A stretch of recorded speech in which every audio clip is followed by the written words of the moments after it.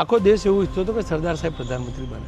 સરદાર સાહેબનો રંજ હતો. અત્યારે જે ચર્ચા ચાલે છે ને એ સાંભળી છે એના પરથી તો કહી શકાય આપણે કે સરદાર સાહેબને એવો બધો કંઈ રંજ હતો નહીં અને એમને કંઈ એવા અભરખાઈ નહોતા કે હું વડાપ્રધાન બની જાઉં. પણ લોકો એવું ઈચ્છતા હતા કે સરદાર જ વડાપ્રધાન બને.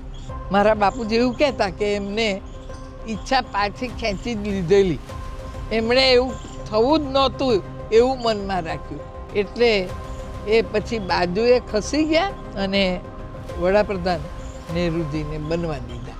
મણિબેને ક્યારે અફસોસ વ્યક્ત કરેલો કે સરદાર સાહેબ બન્યા હોત તો પ્રધાનમંત્રી સાહેબ? પણ એ કહેતા કે આવી રાજકારણની વાત તું મને નહીં કરતી, આપણે એ વાતોમાં વખત નથી બગાડવો એવું કહીને વાત સંકેલી લેતા. બાકી મને ખબર કે એમને ખ્યાલ તો છે જ કે મારા બાપુજી વડાપ્રધાન બનવાને યોગ્ય, પણ એ પડે જ નહીં. આપણને આ જવાબ લેવા જ નહીં દે. વાત તું જવા દે ને, એ વાત જવા દે ને એમ કરતા અમારી જોડે. એટલે બાકી એ વડાપ્રધાન બને એમ કોણ નહોતું ઈચ્છતું, બધા જ ઈચ્છતા હતા. પણ એક થોડાક મુઠ્ઠીભર લોકોને લીધે નહોતા બન્યા તો કંઈ વાંધો નહીં. અમારે તો અહીંયા આ ભૂમિ પર એ પધારે એને માટે જ બહુ આનંદ હતો.